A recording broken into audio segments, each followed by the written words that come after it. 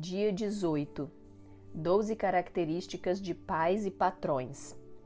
Jesus não veio para estabelecer um empreendimento. Ele veio para gerar a sua igreja. Ele disse que se um grão de trigo caindo na terra não morrer, fica ele só, mas se morrer, produz muito fruto. Se a igreja fosse apenas um empreendimento, ficaríamos contentes só em ter um grande movimento. Mas o que está no coração do Senhor não é um mero ajuntamento dominical. A maneira de Deus realizar seu objetivo é por meio da geração de filhos. Gerar filhos é muito mais difícil que abrir um empreendimento. Tornar-se pai é muito mais complicado que ser um administrador ou patrão. Nada neste mundo é mais complicado que a relação entre pais e filhos, porém nada é mais gratificante. É mais fácil lidar com um empregado do que lidar com um filho. E se acontecer uma decepção com o filho, certamente ela é muito maior que uma decepção com empregados. Filhos, entretanto, são insubstituíveis, mas empregados arrumamos outros. Muitos preferem encarar a igreja como um empreendimento, justamente porque é um caminho mais fácil, mais largo. O caminho estreito é justamente gerar filhos e discipulá-los. Se fomos chamados para gerar filhos, então o discipulado é uma relação de paternidade espiritual. Entretanto, muitos preferem encarar a igreja como um empreendimento. Assim, sua equipe não é gerada, mas contratada. Possuem empregados em vez de filhos e são patrões em vez de pais espirituais. Nossos discípulos são filhos espirituais. Alguns foram gerados, outros foram adotados, mas todos devem ser tratados como filhos. O centro do coração de Deus é o gerar, mas muitas igrejas preferem fazer coisas para Deus. O Pai quer filhos, mas muitos insistem em fazer coisas, programas, empreendimentos. Deus não nos chamou para realizar algo para Ele, mas deseja que geremos filhos. Uma consequência natural é que aqueles que fazem coisas procuram ajudantes e tendem a se relacionar como se fossem patrões e empregados. Mas quando entendemos que estamos aqui para gerar, nos relacionamos como pais e filhos. Assim, por um lado, os discípulos precisam aprender que são filhos e a se relacionarem com seus discipuladores na posição de filhos. Isso já compartilhamos no capítulo anterior. Mas é necessário também que os discipuladores se relacionem com seus discípulos como pais e não como patrões, unicamente cobrando resultados e monitorando o serviço. Se começarmos a agir como pais, é bem provável que aqueles discípulos que ainda não se colocaram na posição de filhos mudem a sua atitude. Mesmo aqueles mais difíceis podem vir a ser transformados por causa do amor de um pai espiritual. Gostaria de compartilhar 12 características ou diferenças entre pais e patrões. Eu ouvi pela primeira vez esse assunto com o pastor Donald Sheffer. Tomo a liberdade de usar suas anotações e fazer aqui as minhas próprias observações do que tenho vivido em minha experiência de discipulador. Número 1. Pais se interessam para a edificação do filho. Patrões se interessam unicamente pela produção do empregado. O pai valoriza o filho simplesmente porque é seu filho. Um patrão valoriza o que um empregado faz. Um discipulador com atitude de patrão se interessa apenas pela produção do discípulo e assim transforma filhos em empregados. Evidentemente, filhos também produzem e pais devem exortar seus filhos para que façam e produzam em casa. Algumas vezes os pais são até mais criteriosos com o filho do que com o empregado. Isso porque empregados são cobrados apenas pela tarefa, mas quando pais cobram algo de um filho, é visando algo muito maior, a formação de um ser humano maduro. Deus não está interessado nas coisas que nós fazemos, mas em nos acrescentar coisas enquanto fazemos algo. Quando minhas filhas ainda eram pequenas, eu e a minha esposa resolvemos que elas deveriam também ajudar nas tarefas de casa. Elas eram bem pequenas, com 7 e 8 anos de idade. A mais velha ficou responsável por cuidar do cachorro e a mais nova deveria varrer o quintal. No começo elas se divertiam muito, mas depois faziam por obediência.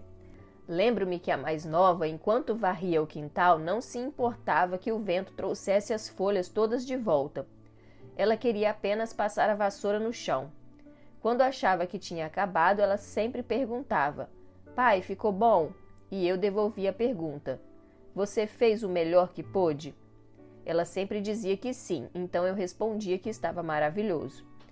Se qualquer outra pessoa olhasse, teria outro parecer, mas eu não estava interessado no negócio de limpar quintal. Eu estava treinando minha filha para ser uma mulher. É como o japonês que tinha uma horta ao lado de um vizinho. Todos os dias ele ia cuidar da sua horta e seu filho pegava um pé de alface e ficava desfolhando. O vizinho ficava indignado com aquilo. E um dia resolveu perguntar para o japonês por que ele não impedia seu filho de estragar as alfaces. O japonês serenamente lhe respondeu: "Eu não estou cultivando alfaces, estou cultivando meu filho." Qual é a sua atitude? Você está aqui para construir prédios, enchê-los de bancos e realizar eventos? Ou você está aqui para edificar filhos?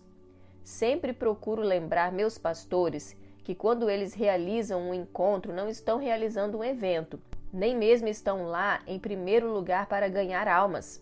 O principal alvo deles deve ser edificar sua equipe, seus discípulos, seus filhos, enquanto fazem aquela obra.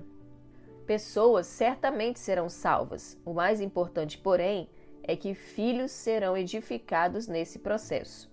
Pais procuram edificar filhos, mas patrões estão preocupados só com o empreendimento. Quem tem atitude de pai não quer perder ninguém.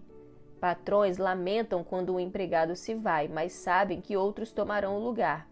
Pais sabem que um filho é único e insubstituível. Você trata seus discípulos como filhos? Sua atitude é de pai ou de patrão? Número 2. Pais usam a palavra para corrigir e edificar seus filhos. Patrões usam a palavra de Deus para conseguir o que eles querem dos empregados. Toda a Escritura é inspirada por Deus e útil para o ensino, para a repreensão, para a correção, para a educação na justiça. 2 Timóteo 3,16. A palavra de Deus para você é apenas um instrumento de persuasão ou seu objetivo é mesmo a edificação do discípulo? Pais corrigem, exortam e edificam seus filhos através da palavra. Patrões, porém, usam a palavra para alcançar seus objetivos pessoais. Patrões estão sempre temendo que seus empregados tomem coisas deles, mas sabemos que os pais preparam herança para os seus filhos. Se você tiver mentalidade de patrão, desconfiará que o discípulo quer tomar o seu lugar, sua posição ou seu espaço. Um exemplo prático que nos ajuda a compreender isso é a questão do dinheiro na igreja. Em muitos lugares, a palavra de Deus é usada apenas como meio de persuadir as pessoas a contribuir. Em nosso meio, os irmãos contribuem porque de fato entenderam que o mover de Deus passa pela questão de mamon. Quando falamos de dinheiro, percebem que falamos por causa deles, para o bem deles e não por causa de algum interesse que tenhamos. Numa ocasião, o Espírito Santo me tocou para fazer algo diferente no momento das ofertas no culto. Chamei os ofertantes à frente e depois também os desempregados. Para surpresa deles, pedi que os irmãos dessem suas ofertas para aqueles irmãos desempregados. Aquilo foi duplamente instrutivo. Em primeiro lugar, porque os ofertantes foram tomados de susto e se sentiram constrangidos em dar para o irmão aquele R$1 que dariam de oferta. E para os desempregados foi uma tremenda lição de amor que nenhum deles esperava. Pais ensinam pensando no bem dos filhos, mas patrões ensinam pensando em como obter algo do empregado. Lembre-se sempre que os verdadeiros discipuladores possuem a atitude de um pai espiritual. O que angustia o empregado é que ele sabe que tudo é para o patrão, nada é para ele. Mas a glória do filho é que mesmo que o pai seja mais duro e exigente com ele do que com o empregado, ele sabe que tudo do pai é dele. Número 3. Pais veem o sucesso dos filhos como sendo deles. Patrões sentem-se ameaçados quando um subordinado começa a ter sucesso. Sucedeu, porém, que vindo Saul e seu exército, e voltando também Davi de ferir os filisteus, as mulheres de todas as cidades de Israel saíram ao encontro do rei, cantando e dançando com tambores, com júbilo e com instrumentos de música. As mulheres se alegravam e cantando alternadamente diziam: Saul feriu os seus milhares, porém Davi os seus 10 milhares. 1 Samuel 18, 6 e 7. Esse é um teste fundamental para conhecer o seu coração. Verdadeiros pais ficam felizes quando os filhos fazem algo melhor do que eles. Pais desejam que seus filhos usem seus ombros como um trampolim para alcançar posições mais altas. Você precisa se sentir orgulhoso quando seus discípulos pregam ou fazem qualquer outra coisa melhor que você. Árvores não crescem na sombra. Precisamos dar espaço e lugar para que o ministério dos nossos discípulos floresça. Um amigo meu missionário certa vez me confidenciou que quando ele voltou do seminário, seu pastor o chamou no gabinete e disse: Eu vou lhe pagar tanto de salário apenas para você ficar quieto. Isso parece loucura, mas essa insanidade é quase a regra por este país afora. Em vez de exigir mais trabalho por ser jovem e cheio de vigor, o pastor lhe exigiu que ficasse quieto. Não era pai, era um patrão travestido de pastor. E o pior, era um mau patrão, pois nem soube aproveitar o investimento feito no seminário. Existem boas famílias e famílias disfuncionais. Nós procuramos ser uma família exemplar. Nossos filhos sabem que a casa tem regras, normas e tarefas a serem cumpridas. Nossos filhos têm funções e sabem o que se espera deles dentro da família. Ser família não significa ser desorganizado ou bagunçado, mas nem por isso transformamos nossos filhos em empregados. Número 4. Pais se orgulham dos filhos, patrões se orgulham da empresa. Você sabe se alguém é patrão ou pai pela maneira como ele testemunha da obra que está fazendo. A minha glória não é o prédio, a rádio ou a escola que construímos. O que faço questão de testemunhar é a respeito da minha equipe. Eles são os filhos que o Senhor me deu. A minha glória são os meus discípulos. Verdadeiros pais se orgulham antes dos filhos e depois da casa que construíram. Empresários mostram as instalações da empresa e os produtos que fabricam, mas os pais adoram mostrar como seus filhos estão crescidos. Patrões promovem o próprio nome, mas verdadeiros pais sabem que os filhos os carregam dentro de si. Número 5. Pais se alegram em ver seus filhos tentarem mesmo quando erram. Patrões se envergonham quando seus empregados erram. Pais às vezes se alegram com certos tipos de erros. Outro dia, minhas filhas, que mal entraram na adolescência, resolveram ir ao shopping. E como não havia ninguém para levá-las, elas mesmas chamaram um táxi e foram sozinhas. A mãe delas ficou atordoada com aquilo, mas eu confesso que achei positivo. Mostrou certa iniciativa e independência que me agrada. Naturalmente, ninguém se alegra com pecados e escândalos, mas é bom ver nossos filhos tentando acertar, mesmo que no começo cometam erros. Quando eu era criança, minha mãe sempre me mandava comprar algo na mercearia.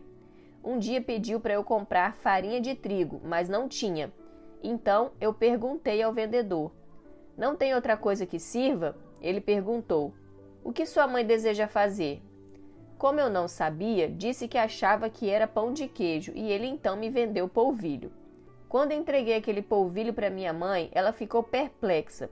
Mas como ela não tinha essa visão tão nobre naquela época, o resultado não foi muito bom para mim. É bom quando filhos pensam em alternativas e são criativos para resolver um problema, mesmo que errem ao tentarem achar uma solução. Muitos querem ter discípulos que nunca fazem nada fora do esquema, mas bons discípulos são criativos e resolvem problemas. Muitos pensam que o bom discípulo é aquele dependente, que não faz coisa alguma sem antes consultar o discipulador com receio de errar. Bons pais e discipuladores estimulam a iniciativa. Se o discípulo acertar, ele vai aprender algo, e se ele errar, vai aprender mais rápido ainda. Número 6. Pais sonham em enviar seus filhos para iniciar novas famílias. Patrões desejam manter seus empregados para sempre. Filhos e empregados são alvos de investimento e treinamento. Quando o empregado manifesta o desejo de sair da empresa, o patrão vê como um roubo do seu investimento. Porém, quando um filho deseja sair para começar uma nova família, o pai sente-se feliz em ver que seu investimento será utilizado. Esse é um teste definitivo de nossa paternidade espiritual. O grande medo de um empresário é que o seu empregado saia e abra uma empresa concorrente ao lado. Muitas igrejas possuem a mesma mentalidade carnal e mundana. Pastores não querem treinar outros com receio de que o discípulo saia e abra uma igreja no bairro ao lado. Pensam na igreja como empresários pensam no seu empreendimento. Abrir mais igrejas para tais pastores é como abrir uma concorrência. Pastores que pensam assim são patrões e nunca tiveram filhos, e se os tiveram, certamente os feriu, tratando-os como simples empregados. Verdadeiros pais criam filhos para que eles um dia saiam e tenham sua própria família. Nada mais triste para um pai do que um filho solteirão que é ainda dependente dele. Pais querem ajudar o filho a comprar uma casa para se mudar com a esposa. Pais espirituais criam condições para que os seus discípulos tenham o que ele tem e realize até mais do que eles próprios realizaram. Patrões encaram como grande deslealdade a iniciativa do empregado de ter seu próprio negócio. Nada prende mais que o amor. Quanto mais abrimos nossos braços na cruz para liberar nossos discípulos, mais os prendemos com laços de amor. Número 7. Pais estão sempre prontos para restaurar um filho perdido. Patrões nunca restauram a confiança perdida. E levantando-se foi para o seu pai. Vinha ele ainda longe quando seu pai o avistou, e compadecido dele, correndo, o abraçou e beijou. Lucas 15:20. A regra geral é que patrões nunca dão uma segunda chance. Filhos podem ser rebeldes, ingratos e pecadores, mas nunca deixam de ser filhos. Sei que aos olhos naturais é loucura tratar membros da igreja como filhos espirituais, mas creio firmemente que isso é o que está no coração de Deus.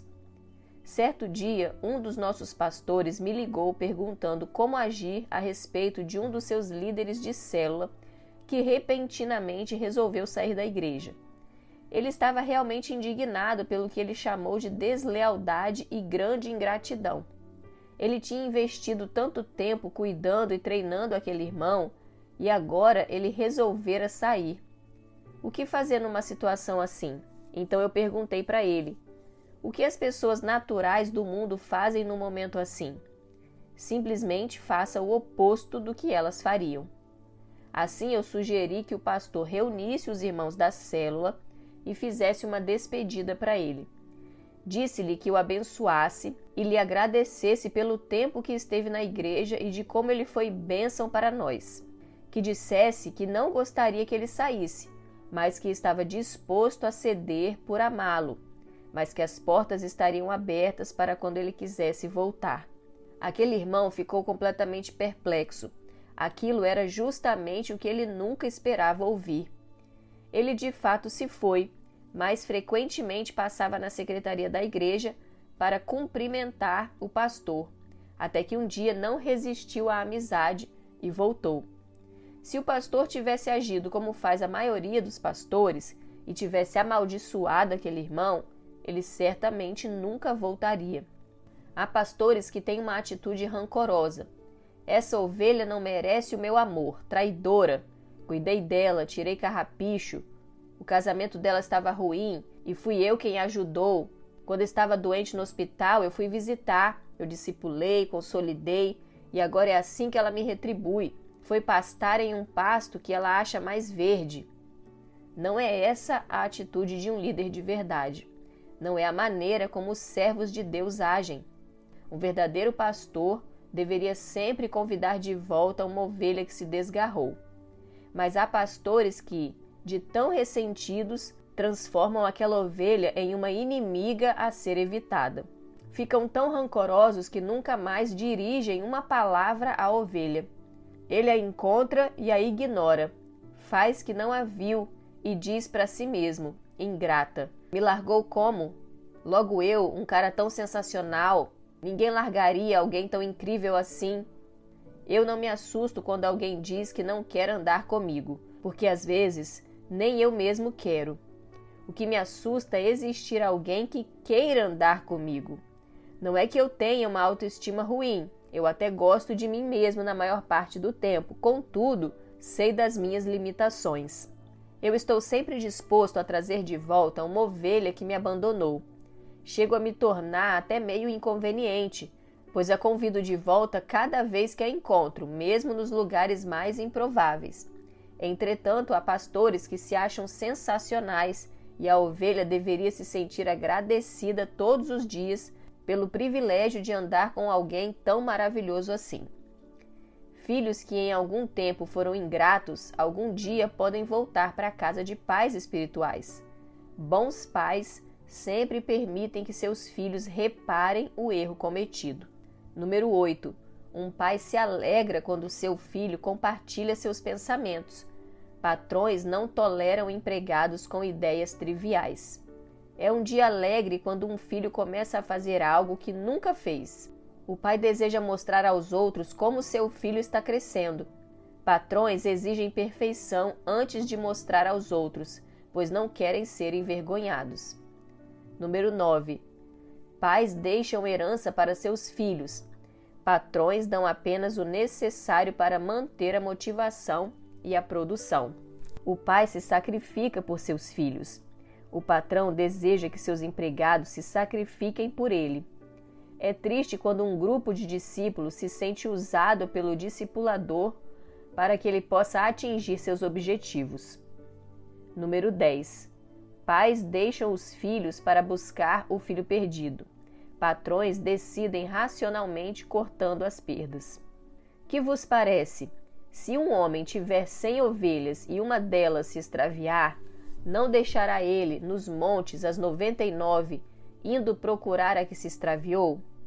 E se porventura a encontra, em verdade vos digo que maior prazer sentirá por causa desta do que pelas 99 que não se extraviaram.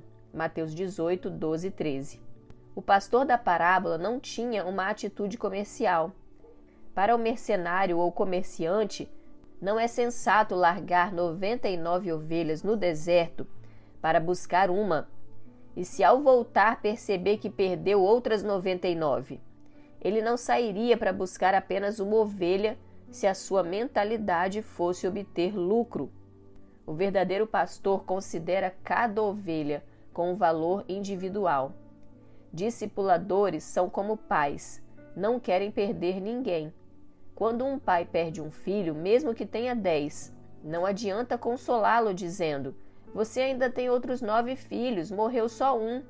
Isso não consola, porque cada filho é único e sua perda é irreparável. Se não for assim, não há coração de líder, apenas uma atitude mercenária. O pastor da parábola também não teve atitude passiva.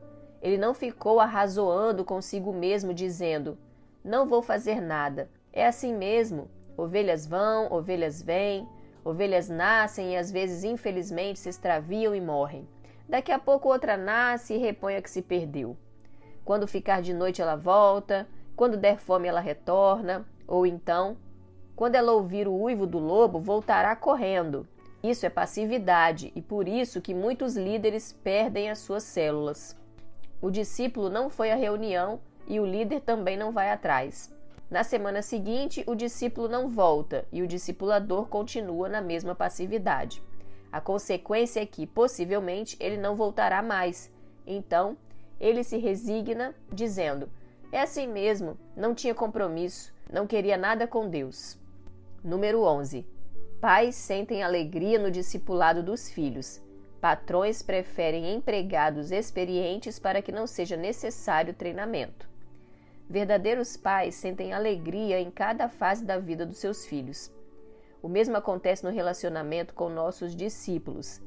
sentimos alegria em vê-los progredindo e avançando. Mas patrões querem empregados já treinados, prontos para o trabalho.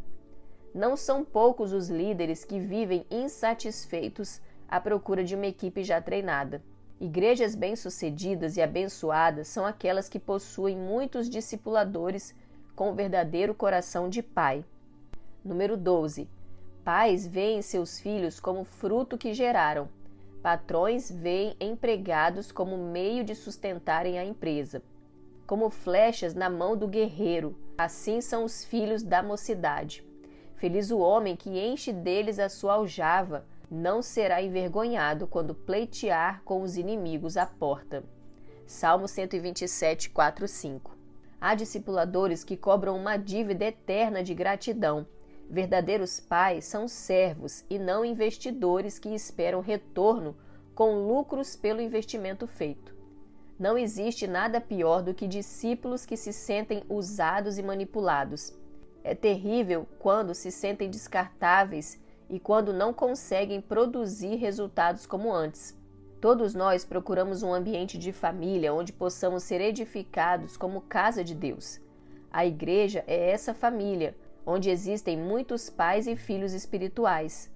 Não podemos permitir que a mentalidade do mundo transforme a igreja numa espécie de empreendimento, onde os discípulos são apenas empregados, usados e descartados como simples peças de reposição de uma grande engrenagem.